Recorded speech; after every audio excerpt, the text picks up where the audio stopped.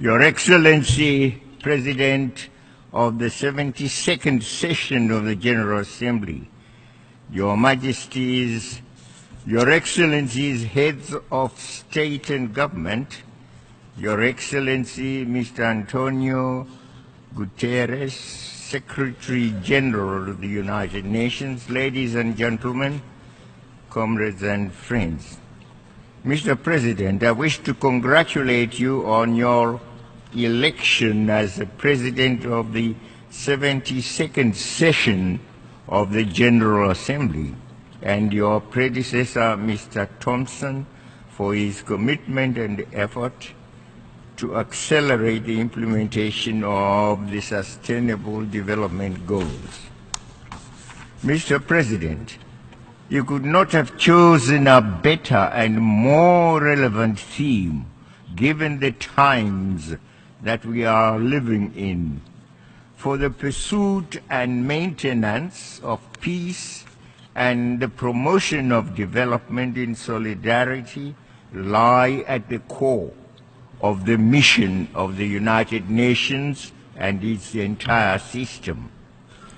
Since the signing of the United Nations Charter 72 years ago, and in subsequent conventions, resolutions and declarations adopted over the decades, member states have sought to actualize the unquenchable human hope for peace, justice, and progress. Mr. President, but the current global development agenda differs in significant ways from all those that preceded it.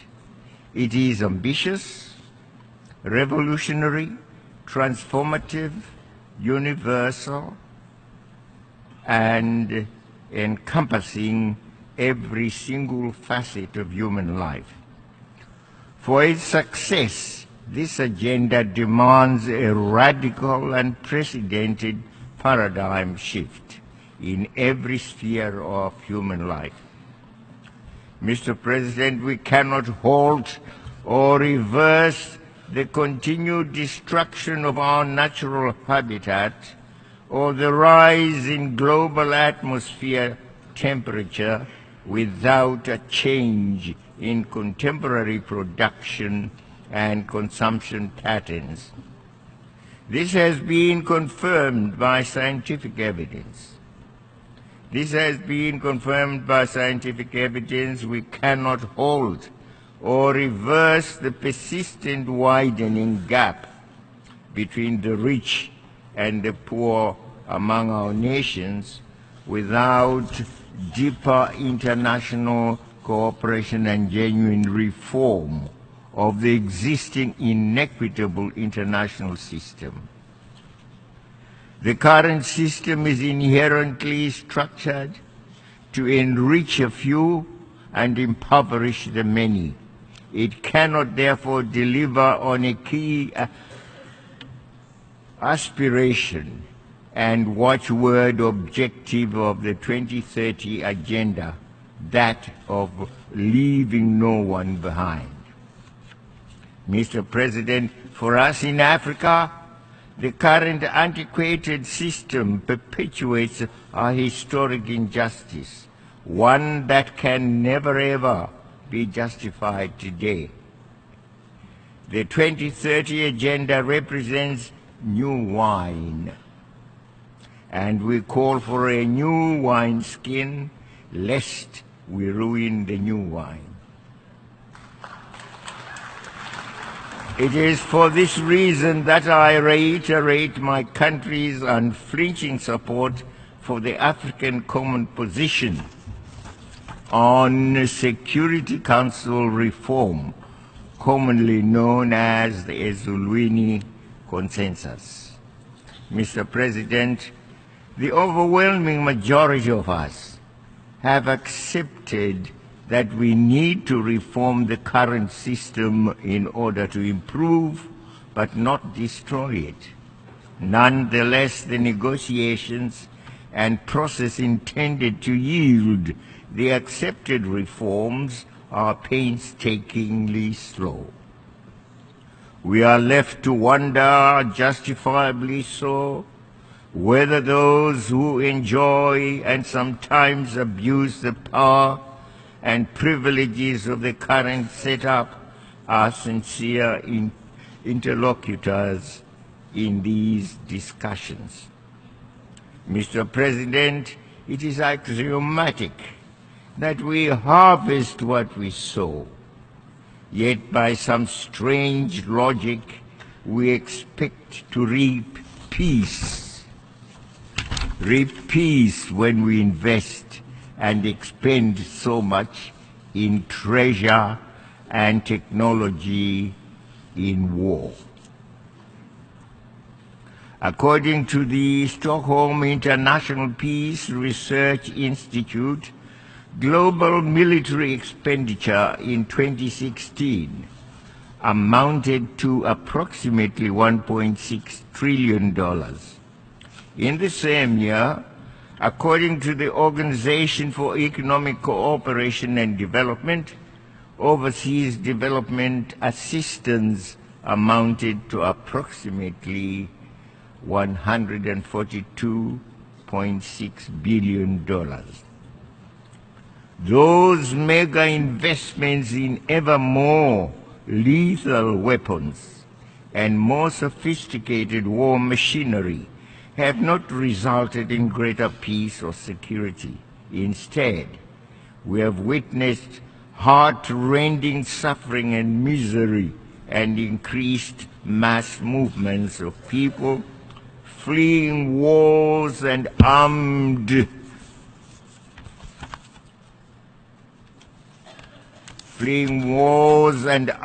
conflicts. This trend, Mr. President, should be halted for the benefit of humanity. We believe a different and better world is possible. In proposing and inviting us to focus on preventive diplomacy, peaceful resolution of conflicts, peace building and sustaining peace, the Secretary General is pointing us in that desirable direction. We must also seriously tackle the multifaceted and complex root causes of conflicts, including enduring poverty and deprivation, unequal access to resources, the denial of the rights to self-determination of peoples, and interference in the internal affairs of other states, among other causes. Mr. President, the continued denial of the right to self-determination to the peoples of Western Sahara and of Palestine, who are living under colonial and foreign occupation, is immoral and an urgent issue for those seeking peace and security in our time. The Security Council has assumed its charter responsibilities and has passed numerous resolutions. What remains is the enforcement and implementation of those resolutions. We call on the Security Council to demonstrate its authority in ensuring the holding without much further delay of the independence referendum in Western Sahara. We expect the Security Council to work closely with the African Union, its proven partner for peace on the African continent, in this effort. The ever-deteriorating situation and the continued suffering of the Palestinian people should spur the Security Council to renewed, time-framed efforts to bring about the two-state solution already defined in numerous General Assembly and Security Council resolutions. Development and peace are conjoined and cannot be separated. My country has embraced the 2030 Agenda as an integrated and comprehensive approach to address the myriad and complex national and global challenges in solidarity and in cooperation with other stakeholders.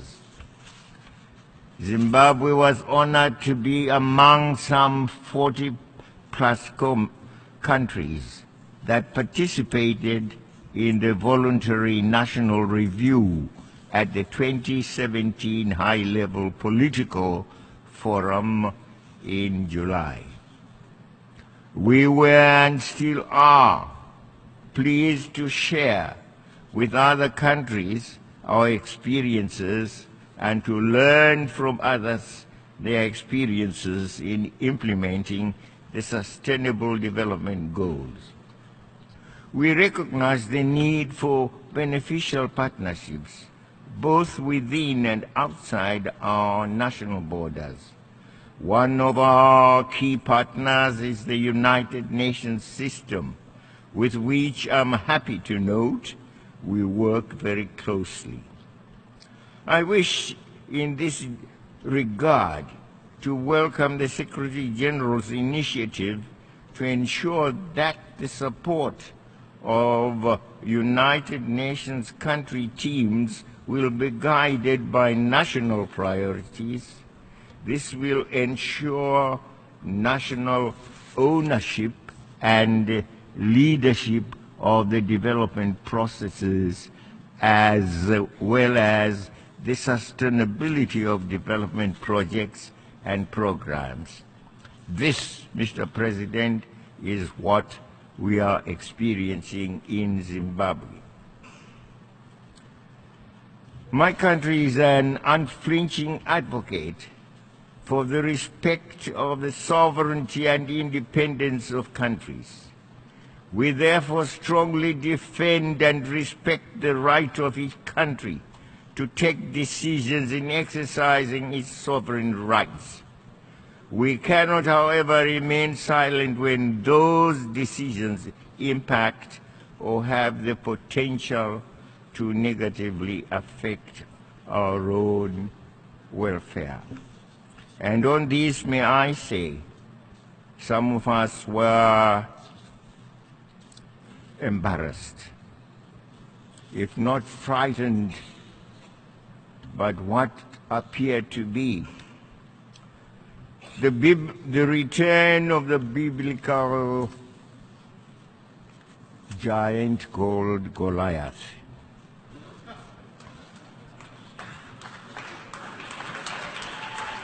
Are we having a return of Goliath to our midst, who threatens the extinction of other countries? And may I say to the United States President, Mr. Trump, please blow your trumpet. Blow your trumpet in a musical way towards the values of unity, peace, cooperation, togetherness, dialogue, which we have always stood for and which are well written in our very sacred document, the Charter of the United Nations. Upon those values,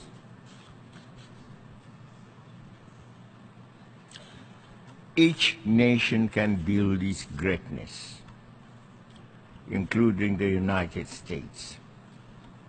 And it's the greatness in recognizing those values: unity, peace, cooperation, dialogue, togetherness, that we would want to be guided by the United States and not by the promise of our damnation. Damnation we shall always resist, no matter whence it comes. We have resisted it when it was in the form of imperialism, as we fought for our own independence, our own culture, our own sovereignty to be masters of our own destiny. That's why we call ourselves free today. It is because the monster of imperialism was defeated by us.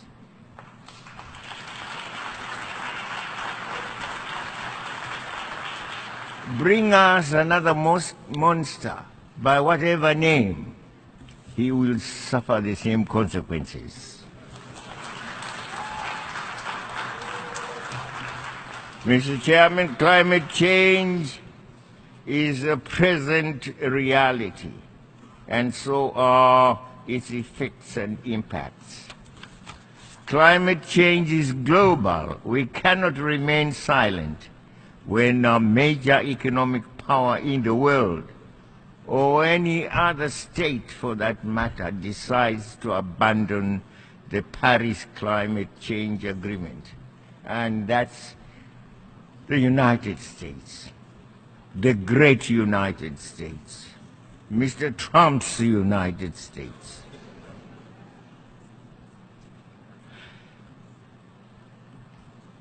Let us work together. Climate change is a reality. It is vital that we all play our part in keeping with the provisions of the United Nations Framework Convention on Climate Change in order to halt the inexorable march towards the destruction of that upon which our own existence depends.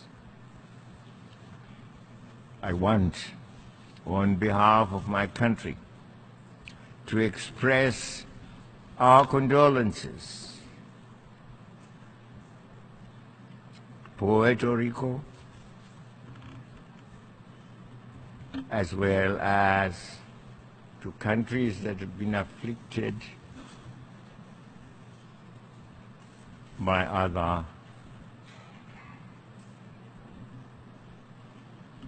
other afflictions that have visited them.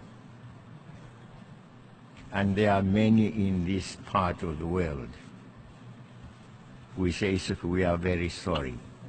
And we appeal for the rest of us who have not suffered similar afflictions to go to the assistance of these who have suffered in that very horrific manner. Look at the television today and tell me whether you can say where Puerto Rico is geographically. Completely wiped out by a hurricane. We are very sorry. As I conclude my remarks, it is worth reminding each other that the world today, by its very interconnectedness, demands more, not less, solidarity, more, not less, cooperation and dialogue, more, not less, multilateralism. We have brought more and more issues under the global agenda and within the global discourse. This acknowledgement has found expression in the 2030 Agenda and the Sustainable Development Goals. Our survival and progress calls for reinforced solidarity, for partnerships and cooperation, for development in unity, in cooperation and in peace. This is a call to which we all must respond positively and actively, as Zimbabwe is already doing so. I want to thank you.